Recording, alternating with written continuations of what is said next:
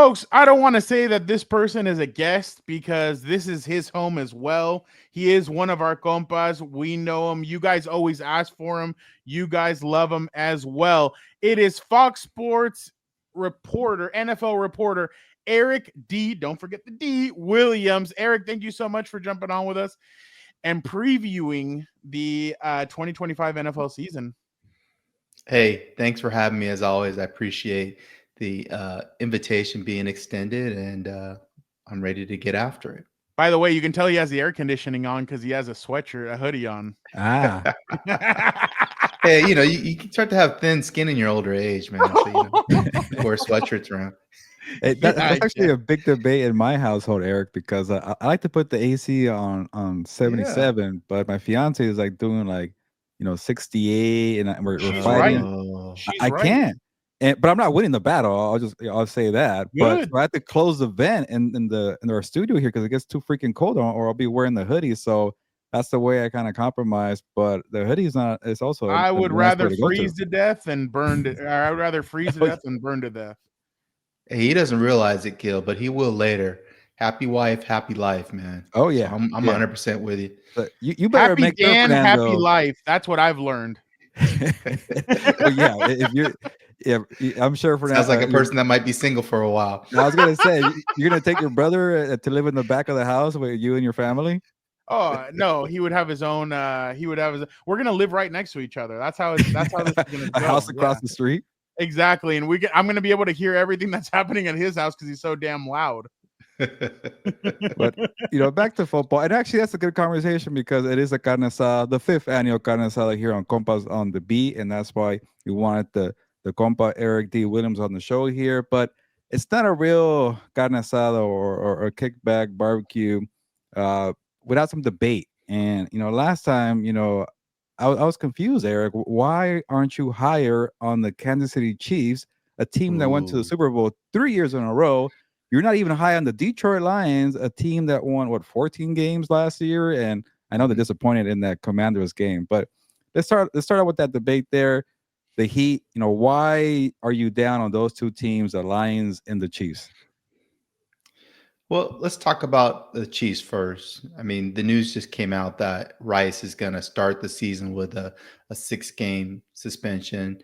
And that was one of their weaker position groups already when you talk about the kind of playmakers they have on the perimeter. Not that it held Mahomes back at all from helping them get to a Super Bowl. But I think at some point you have to have legitimate guys on the edge to help Kelsey get open on a consistent basis in the middle of the field. So that's a question mark for me. Obviously with Rice being out the first 6 weeks, how are they going to generate explosive plays on the perimeter? Is it going to be Worthy and Hollywood Brown that do that for them? And then, just look up front with the offensive line. I mean, that's really where they lost the game against the Eagles in the Super Bowl, their inability to protect Patrick. They obviously made some moves this offseason to bring guys in, but how are they going to hold up? Are they going to gel? How long it's going to take them to gel through the first half of the season? Are they going to be able to run the football effectively so they can have balance in their offense? I think we feel like the defense is going to come up and show up. That Spag's going to have them dialed in and ready to go. And then I think the last thing with the Chiefs is they won all those one-score games. They have to come back to the middle in terms of being able to do that on a regular basis. I know Mahomes is one of the most clutch players since Brady, to play in the league, but I would have to think that they're not going to win as many of those one-score games, which means they're probably not going to have the record that they did last year. So those are the reasons I'm down a little bit on the Chiefs and actually believe that somebody's going to win the division other than the Chiefs, and they could potentially not make the postseason. I think that's on the board for the Chiefs this year. Oh. In terms of the Lions, I think it just comes down to coaching. When you lose that much brain power and Ben Johnson, your offense coordinator, moving on to be the head coach of the Chicago Bears, and Aaron Glenn, your defensive coordinator, moving on to the Jets. And now you're replacing them with guys that have never been coordinators before. They have added responsibilities, and so they're going to be learning on the job. Obviously, they're going to have some struggles in the first half of the year after they try to figure things out. So I just think, you're promoting guys up, and you're not really replacing them with guys of similar experience. And I think that's going to impact them not only throughout their preparation in the week, but particularly on game days in terms of the kind of decisions that you make and the kind of calls that you make as guys kind of figure out on the job how to be, new offensive and defensive coordinators. And so I think that's going to impact not only Campbell in terms of the head coaching. I think it's going to impact Jared Goff. I don't think he's going to be as dialed in as he was last year in terms of their offense. It kind of feels like it's because it feels like last year they knew it was kind of the last dance with those coordinators, and they kind of went all in. And unfortunately, they came out short. Because with those results. So because of all the injuries that happened. But go ahead, Gilbert. No, I was just gonna try to put more pressure on Eric. Are you able to share your AFC West, champion for this year, or not yet? Are you waiting for a story to come out from Fox Sports? Well, unfortunately, your boy Daniel is not here to bear witness, but I am picking the Chargers to win the division. Oh God, don't do that to my brother. I know that kind of the chic pick has been the Broncos. Everybody's high in the Broncos. I want to see Bo Nix do it again. I'm not totally buying in on him being a franchise guy yet. I like him as a player. I think he obviously has a unique skill set with his ability to run around and make plays outside the pocket. But the league has seen him for a year now, and I think they'll be a little more prepared for what Nix and Peyton are going to do on offense. The defense obviously is one of the best in the division. I'm concerned though with Drake, Greenlaw, and Hufanga and their ability to stay healthy. That obviously was an issue for them with the Niners. It's one of the reasons that the Niners decided not to bring him back, to be honest. So injuries, staying healthy is going to be an issue for me with the Broncos, and I have them finishing third in that division, and the Raiders bringing up the rear. And you'd be paying pizza to a certain individual. That's interesting. Yeah, that's true. Wow. Okay. We had Adam Hill on yesterday, and he was so down on that. He's like, I think the offense is going to be great. He's like, especially with Amari Cooper and if they can get the Jacoby Myers thing, and obviously Brock Bowers, and Ashton Genty. He's like, but that defense just looks really, really bad. It looks like it's lacking a lot. And he's like, and this isn't what Pete Carroll likes doing. And obviously, you would know firsthand he loves defense. He loves his defense to be aggressive. We saw it with LOB. The Legion of Boom controlled games. That's why Russell and obviously Marshawn controlled games as well. But but I feel like that's going to kind of be one of the things there when it comes to them. But one team that I've been high on for a couple of years now, and this is even post Tom Brady, the Tampa Bay Buccaneers. I'm very high on them. I feel like Tampa has an aggressive defense. I think their offense. I know something weird's going on with Chris Godwin right now, where they don't know if he's going to play or not. Obviously, Jalen McMillan is out for a little bit, but Emeka Ibuka is a guy that they drafted in the first round. They have numerous running backs. Baker Mayfield, since going to quarterback rehab with Eric's boy Sean McVay, it seems like he's been a different quarterback. He's got to show his skill set. Are you high on the Tampa Bay Buccaneers this year? Yeah, I agree with you. I think they're probably one of the more underrated teams in the league. A lot of people don't think of the Bucs as being a team to beat in the NFC, but I think they are. I think you have to give Todd Bowles credit for continuing to build that culture, taking over for Arians. That they, Bowles is a defensive coach. They play with a tough-minded, hard-nosed, physical mindset from the defensive perspective. You're right. Baker's emerged as a guy that has shown that he can play big in big moments. They run the football effectively, so they have balance on offense. They have one of the best offensive lines in the league, so they're able to control things up front. And then you mentioned it. I think Emeka has a chance to be Offensive Rookie of the Year. He is from my hometown. Shout out 253. Here we go. We got to throw that in there. But I mean, he's one of the most polished receivers coming out. He's going to come out there and play like a professional. I think he'll have a lot of targets. I think he'll make plays after the catch. Hopefully he's durable enough to make it through the marathon that is a 17-game season. But I like the opportunities that he has there to make some plays. Eric, just to follow up on the Buccaneers, like I like them a lot, and on paper they're stacked, especially offensively. There's weapons all over for Baker Mayfield, and I believe in Baker Mayfield, especially he's gotten 2 head coaches or 2 offensive coordinators head coaching jobs. Like he's starting to get to a point like, okay, he's the one running the show there for Tampa Bay. But I also can't get over the fact that they also have maybe a low ceiling. Like I see a divisional team. Do I see a Super Bowl team? I'm not sure. Like it's also. And I could go back to this, because I wanted to ask you about the Broncos, but you already gave me your answer on them. Like I feel like the Buccaneers are also getting a lot of love, not as much as the Broncos, but I'm like, I can't get myself there to say Super Bowl contender, playoff team for sure, division round team, maybe NFC Championship. I'm not sure if I'm there. And I guess my question is, do you feel like they could go all the way? And then my second part, who do you think is somebody that's getting a lot of Super Bowl hype besides those 2 teams that maybe doesn't deserve it? Well, I think with the Bucks, I think you're right. I mean, you don't really envision them going all the way in making a Super Bowl. But I think you just want to get into the dance, and then anything can happen once you get into the postseason. And the fact that they play in an easier division, I think, helps them because they'll probably get a home playoff game as well. So that gives you a chance really to win one. And once you win one, then you could obviously get on a run. So I think it helps them playing in the the NFC South, even though I feel like it's going to be better this year. I think the Falcons will be better.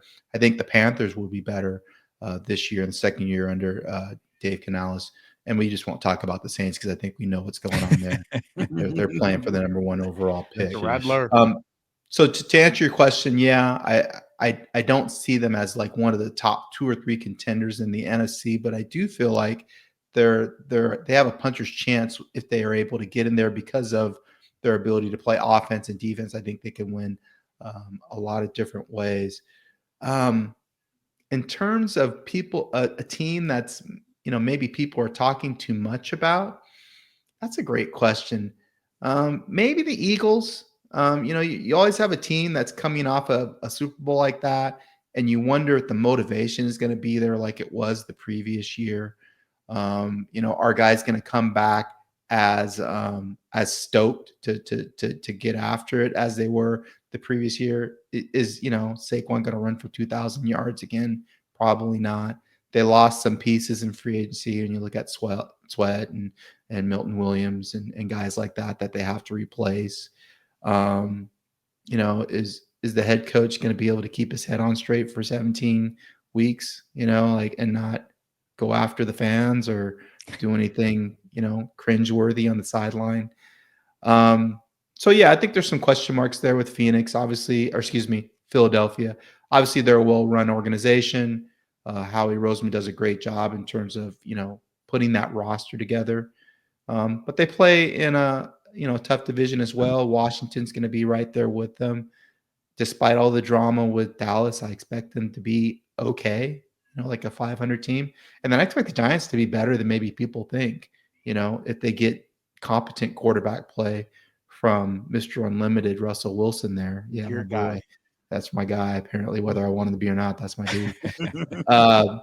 So yeah, I think I'll point to the defending champs as a team that maybe could struggle a little bit, like the Rams did a couple years ago. When they kind of went all in, they got their title, and then they struggled. The one year I covered the Rams, they happened to have the worst season ever under Sean McVay. So. And Dan doesn't like to let him forget it, Eric. Yeah, that's why they call you the Grim Reaper, Gil. Yeah, apparently. Have me be the beat reporter, and I'll ruin your team's chances. Eric, obviously there's a lot of new quarterbacks in different places. Who do you have the most faith in? And I know where you're going to go with this, but I'll still ask the question anyway.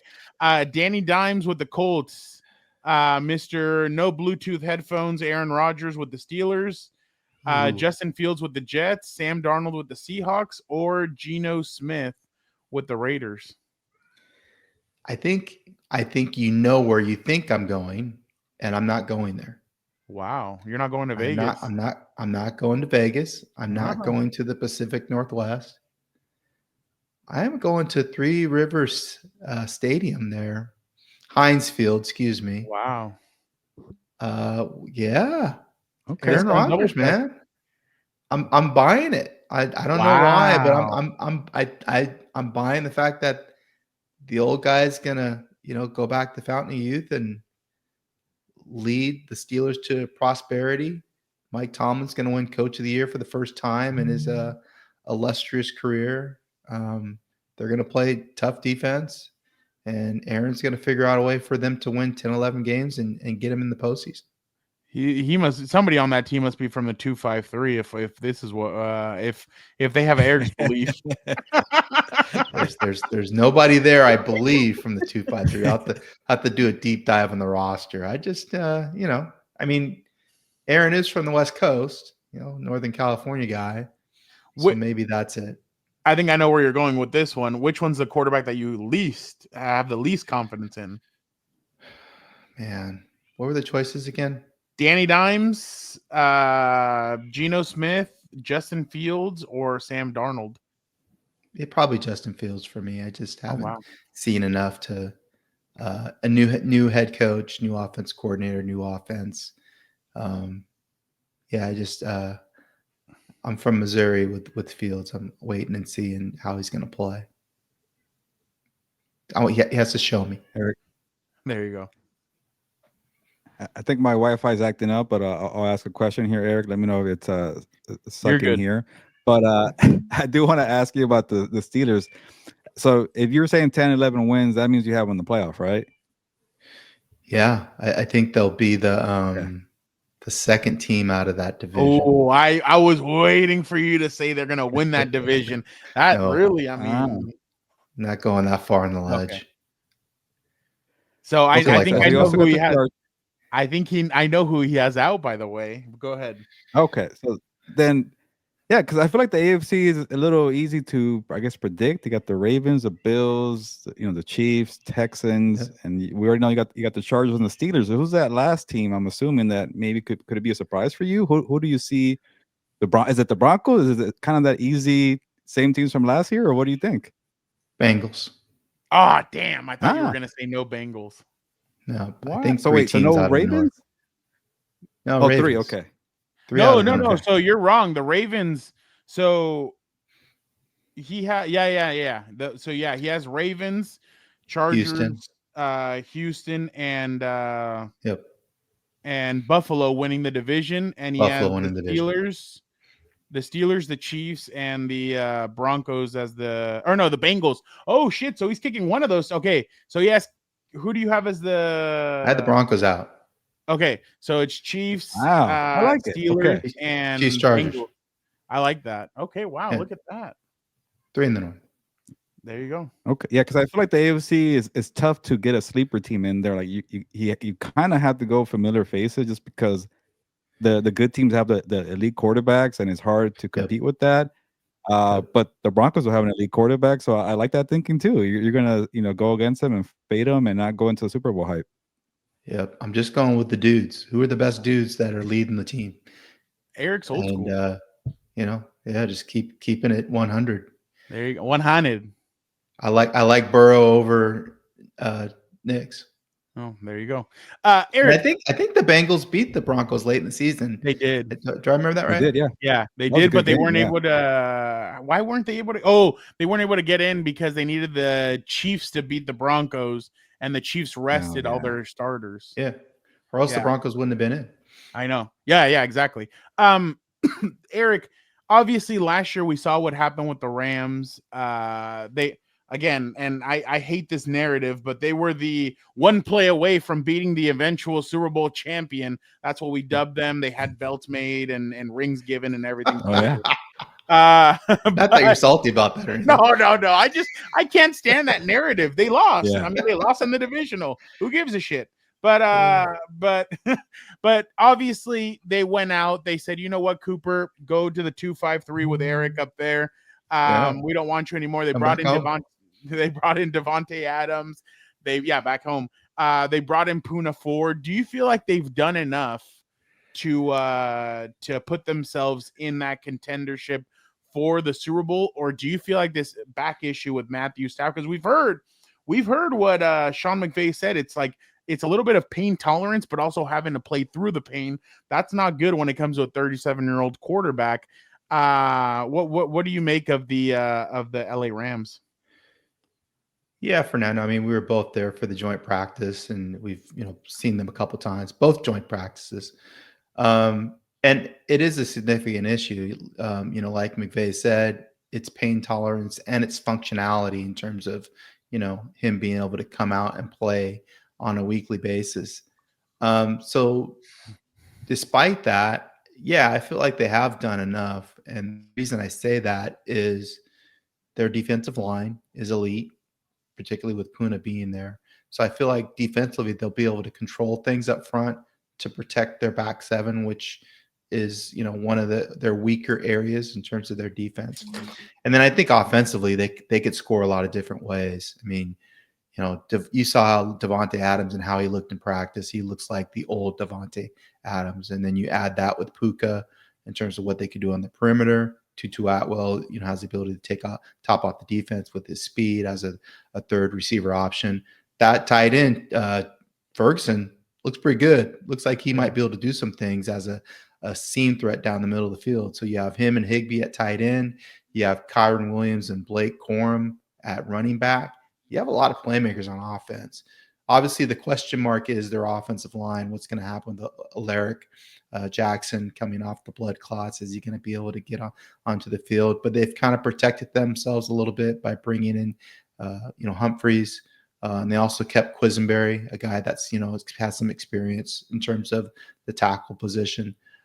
So, I like their depth overall. Obviously, I have a lot of respect for McVay as a head coach and his ability to the thing for me with McVay is, I mean, a lot of people look at him as a rah-rah guy, but I really feel like he's a very detail-oriented coach, and he lets his coaches coach, his assistants coach. And so he has some of the best assistant coaches in the league, and that's kind of one of the underrated things when you look at a coaching staff and a roster and their ability to get their position groups ready to go.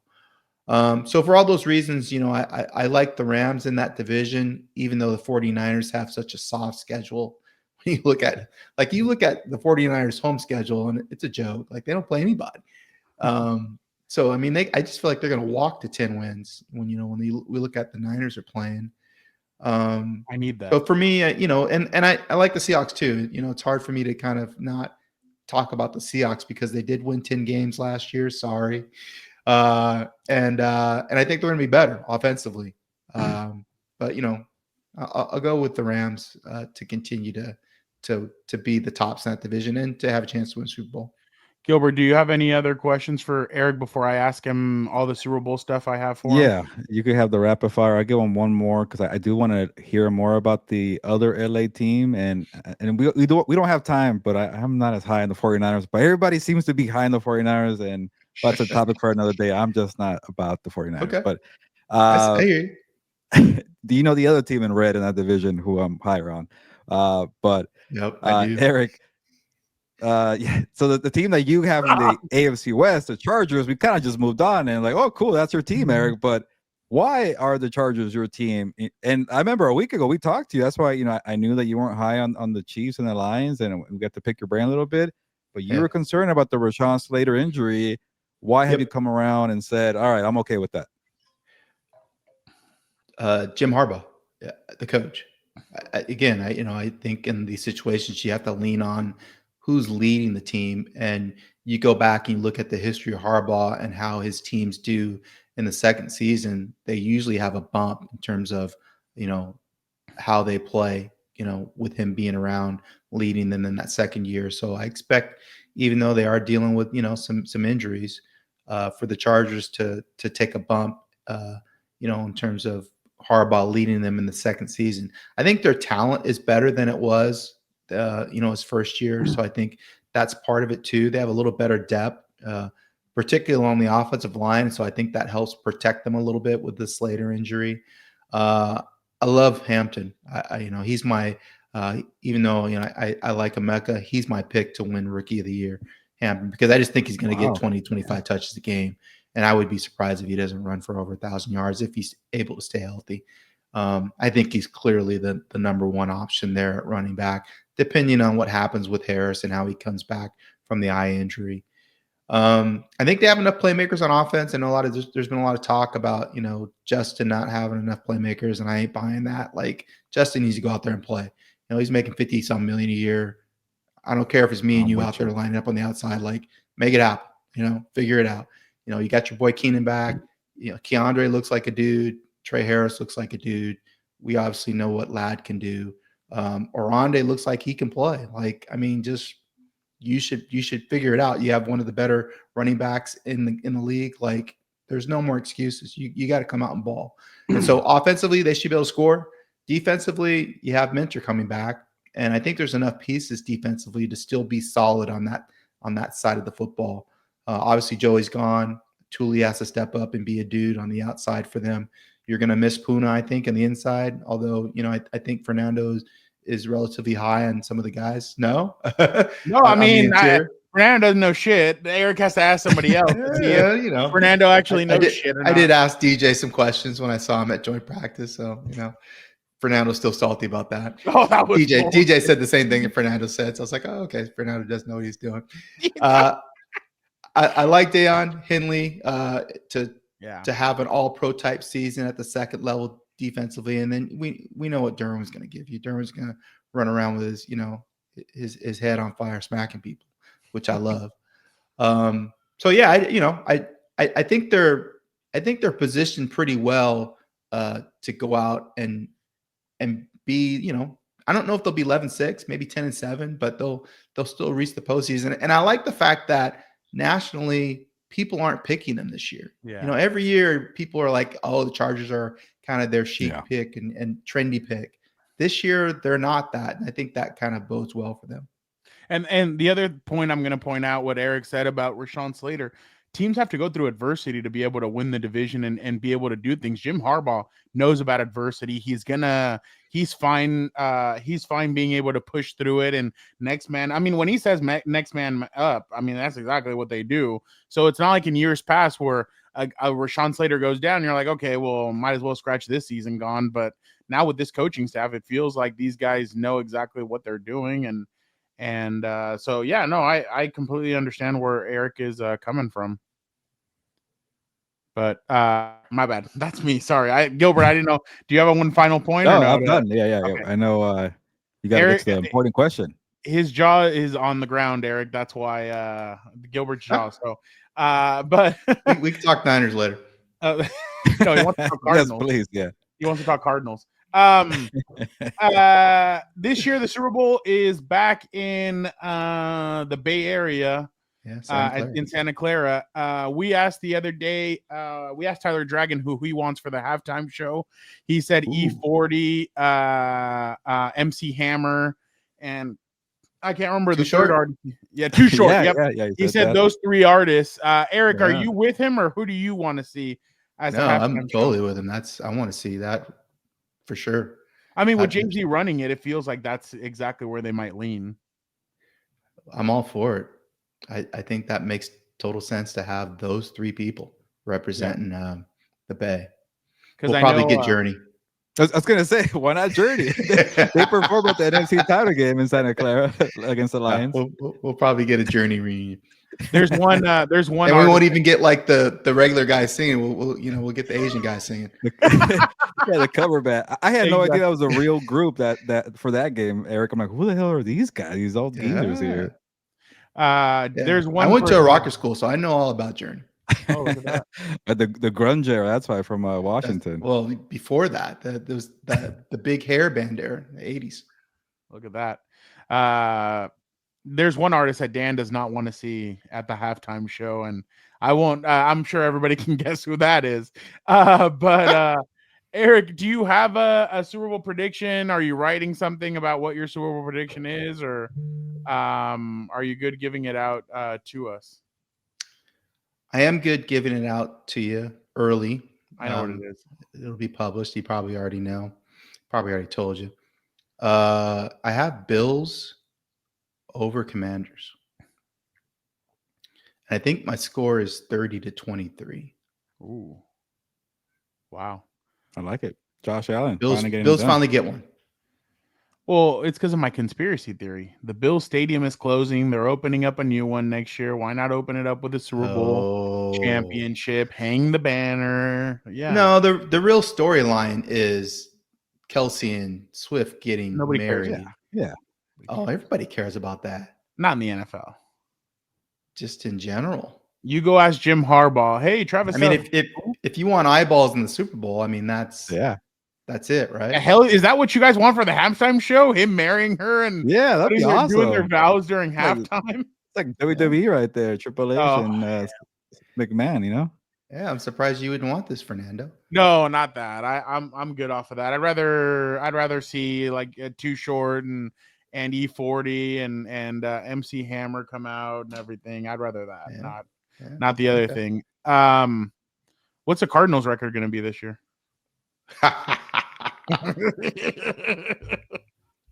Asking me or Eric? No, I'm asking Eric. So you have Rams, I'm guessing, 49ers, Seahawks, Cardinals. Mm-hmm. You're breaking Gilbert's heart.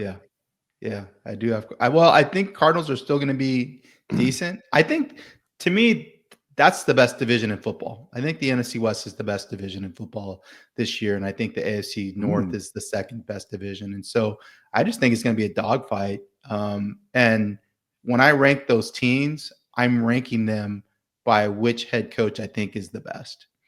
And so for me, that's McVay, and then Shanahan, and then McDonald, and then Gannon. And I have a lot of respect for Gannon. I think he's a good coach, but I just think out of those four guys, in terms of the head coach, quarterback combination, like which one of those four do you trust the most? I trust McVay and Stafford the most out of that combination. The second combination, Shanahan, Purdy, I trust maybe the second most. Darnold and McDonald, kind of the third most, but I trust McDonald more than Darnold. And then I just don't know what I'm going to get out of Kyler. I just week in, week out, I'm not sure. And so when you combine that with Gannon as a young head coach, that's where I land. So I think they're going to be right around 500. I think same record that they had last year, 8-9, could be 9-8. I still think they're going to be solid. I just don't know if they're going to be good enough to catapult over those other teams. Fernando, I know we gotta get going, or do we have a little bit of time? I forget. No, you got time. Yeah, no. Okay, wasn't sure. That's why I haven't really jumped on it. But I'll say this, Eric, I'll give you my one annoyance about the 49ers, and I could definitely be wrong about the 49ers. I have a 49ers question after that. Okay, so we got time. Yes, the coach and the quarterback. Well, ask Eric if he has time. Well, do you have time? Actually, okay. Yes, I see 30 minutes here, 32 minutes. Sorry about that. But I know we got into this 49er debate, but the one thing I do get annoyed about, and not just like about how they're gonna perform, is whenever you talk to people like who's gonna be the sleeper team, who's gonna be the Cinderella surprise team, and people always say 49ers. The 49ers, they were in the Super Bowl less than 2 years ago. They have Kittle, Trent Williams, CMC, Brock Purdy, Fred Warner. Like, why are we treating the 49ers like there's some surprise team that's going to benefit from an easy schedule? Like, oh, they need all the help they could get. Like, these poor 49ers. I'm like I just don't like that narrative. Like, oh, like, have some cojones and go pick the Panthers or pick the Cardinals like I'm going to do. And that's my only thing. Like, why are we like, I get that last year, three new teams made the playoffs, and people are like, it's all about, the good quarterbacks, this and that. I get it in the AFC. But the NFC West is so competitive that I'm like, it's not that easy. We can't even assume that the schedule is going to be a cupcake schedule or a cakewalk, because look at the 49ers. They're decimated with injuries. They might not even make it healthy to week one, but we're going to just count a check mark here because they have an easy schedule. It just doesn't work that way. So to me, it's more about an annoyance here, and maybe I'm just trying to be defiant and like go the other way. But they're not a Cinderella team. The schedule is not a given to be easy. I could see them losing to the Cardinals and the Seahawks in the first 2 weeks. They're going to beat the Saints for sure. they'll get a one win in there. It's the Seahawks, Saints, and the Cardinals. They could be 1-2 because of the competitive division. So that's my beef there. Now, in terms of football on the field, I think the defense is very young, and a lot of people are just trying to assume that they're the Rams of 2023. You know how they paid the tab and the salary cap. They were young. It's only Cooper Kupp, Aaron Donald, Matthew Stafford, they're gonna suck. And I was one of those people that said they're gonna suck. So what the hell do I know? But you can't just assume every team's gonna be the same way. Like, yeah, they missed their window to win the Super Bowl. They had to pay the tab, so all the defensive players left. But man, I feel bad for Fred Warner. Like, are you gonna be able to clean up the entire mess of a rookie defensive front and Nick Bosa only? And the secondary also lost their safety. It's just to me, it's like it's not that easy. But whatever, I digress. I'm starting to get annoyed with the narrative of them being Cinderellas. It's like, hey, they blew their opportunities. Maybe they're going to suck for the next 10 years. That happened before after they went through the Steve Young era, but whatever. I'm done. That's it. Quick response. I think everything that you said is fair, and I agree with most of it. But Vegas doesn't consider them a Cinderella. I think the over-under for the Niners, Vegas is 10.5. So that tells you everything you need to know. They expect them to be it's pretty high, legit. So they're not Cinderella. I don't look at them like that at all. Robert Saleh coming back to coach the defense is a huge deal because he knows that defense inside and out, and Shanahan's really comfortable with him. And I think that was a bigger issue last year than maybe that they're talking about Sorensen taking over that defense. So I expect the defense to be better, even though they've lost some pieces. And they still have an elite player at every level of the defense. They have Bosa on the defensive line. They have Warner in the middle. And then they have Diamador in the secondary, who I think is one of the top corners in the league. And so they're going to be coached up defensively. And I know a lot of guys on that defensive staff because they're from Seattle. KJ Wright is coaching, I think, defensive ends. Greg Scruggs is coaching D-line. Gus Bradley is there, who was with the Chargers as a defensive senior assistant. So all that, and then Shanahan usually bounces back when he has a bad year and has a good year. When you look at his, coaching history. So that as well. And then all reports are CMC looks like CMC. So that to me is like, okay, if CMC stays healthy, like that offense is totally different. Yeah. And Brock doesn't have to do as much as the heavy lifting. And so I'm kind of putting all those things together along with the schedule. Although, like you said, schedules change depending on the health of the team that you're playing on that week. But usually it's about the quarterbacks. And when you look at the quarterback matches up each week, you're like, I'm taking Purdy over that guy. I'm taking Purdy over that guy. I mean, so that's where I'm coming from. Not with them being like a Cinderella, because I don't think they're Cinderella. I think they're one of the better teams in the league. They're one of the ugly stepsisters. Let's just say they crap the bed. Brock Purdy regresses. CMC's hurt. George Kittle looks old. All that. Mm-hmm. Shanahan on the hot seat, or do you feel like Shanahan's in a good spot where it doesn't matter what happens, he's still going to be there? Yeah, I think they'd have to go like 2-15 for Shanahan to get booted out. I don't think he's going anywhere. He's got too much juice, and they love him there. Yorks love him. There you go. Anything else, Gilbert? No, that's it. I finally got that out of my chest here, and but on the 49ers stuff, therapy session on Compas on the this is why I like talking to Eric, because he is a voice of reason. He understands where I'm coming from, and yes, who knows who wins that damn division? It's so close. So I'm glad that we're going back and forth there. But everything you said, Eric, because I'm always talking to Victor and Dan and Fernando, and I feel like we're always like, are we a little nuts here on this show? And then you come in and calm us down. So I appreciate that, Eric. I'm here for the therapy. The bill will be in the mail. There you go. And we're good. And week one's coming, right? So I'm excited. You're not gonna see Gilbert until probably week 8 when they play the Vikings. So yeah, I'm not gonna see you week 1. Rams, Houston. Is it primetime game? I'm primetime Gil. Like I want to come out for the big time games. Yeah, primetime Gil. Oh, we got to get some shirts made. No, but he ain't coming out for like the Chargers Steelers. I'm sure that Sunday. I'm not going to see you in Vegas week 2. Okay, there's an exception. I don't do Sunday night football. I can't. But I could do Monday nights or Thursday nights. I could do Saturday nights, I could do playoffs. That's it. So, but not Sunday night so football. Maybe Vegas week 2, Chargers. I don't think you'll. Yeah, I definitely would like to go to something like that. Yeah, Oh, that's wow. it. Okay. But also a little exception. It has to be LA sometimes, but whatever. Oh no, I understand. Family I'll get man, there. I get it. I'll get there. All right. We appreciate you so much, Eric. Thank you so much. You got anything you're working on that you wanna plug out there? Please throw it out there. I do. Thanks for the vine. I appreciate you working on something on Devontae Adams for next week. Had a chance to talk to him and Eric Yarber, the receivers coach for the Rams. So that's upcoming. And then I'm doing a Q&A on with Paris Johnson, the left tackle for the Arizona Cardinals. Interesting dude. Had a chance to talk to him when I was there a couple weeks ago. So those two things are on the menu for the next week. Look at that. What a great menu. Eric, thank you so much for jumping on with us.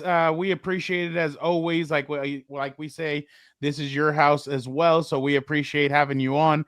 Next time we bring you on, we might have to bring you on next week to preview Chargers Chiefs because Dan's going to be there. So, it'll, we may do that. We may, I might not tell Dan and we just bring you in.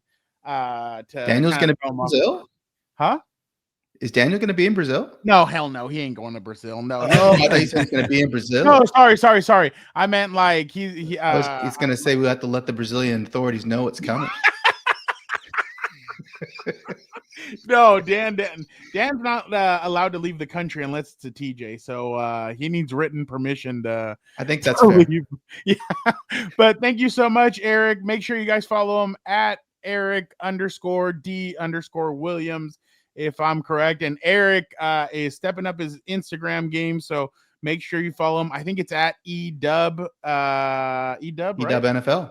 EDub NFL. Make sure you guys follow him. He's stepping up his game. He feels very proud of himself on his Instagram game. So make sure you guys follow him. Thank you so much, Eric. All right. Appreciate you guys. Have a good one.